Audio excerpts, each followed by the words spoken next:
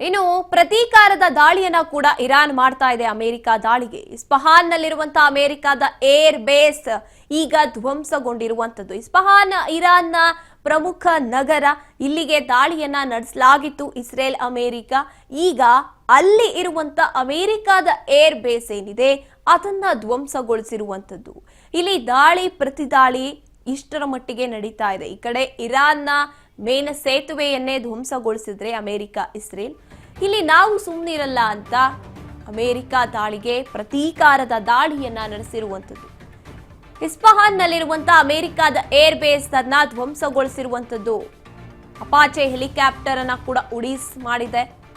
ದಕ್ಷಿಣ ಲೆಬನಾನ್ನಲ್ಲಿ Hezbollah ಪಡೆ ದಾಳಿಯನ್ನ ನಡೆಸಿರುವಂಥದ್ದು. ವಾಯು ರಕ್ಷಣಾ ಕ್ಷಿಪಣಿಯಿಂದ Apache helicopter ಅನ್ನ ಧ್ವಂಸಗೊಳಿಸಿರುವಂಥದ್ದು.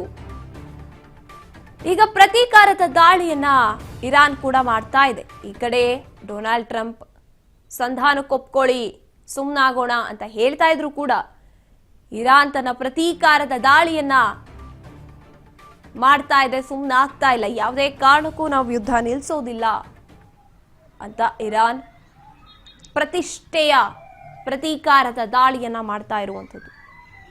ಇಸ್ಫಹಾನ್ ಮೇಲೆ 23 ಲಕ್ಷಕ್ಕೂ ಹೆಚ್ಚು ಜನಸಂಖ್ಯೆ ಇರುವಂತಹ ನಗರ, ಇರಾನ್ನ ಅತಿ ಹೆಚ್ಚು ಜನಸಂಖ್ಯೆ ಇರುವಂತಹ ನಗರ. ಇನ್ನೂ ಅತಿ ಹೆಚ್ಚು ತೈಲ ಉತ್ಪಾದನೆ ಆಗುವಂಥದ್ದಾಗ್ಲಿ ಅಥವಾ ಅತಿ ಹೆಚ್ಚು ಸೇನಾ ನೆಲೆಗಳಿರೋದಾಗ್ಲಿ ಇರಾನ್ಗೆ ಸಂಬಂಧಪಟ್ಟಂತಹದ್ದು ಇಲ್ಲೇ ಇರೋದು.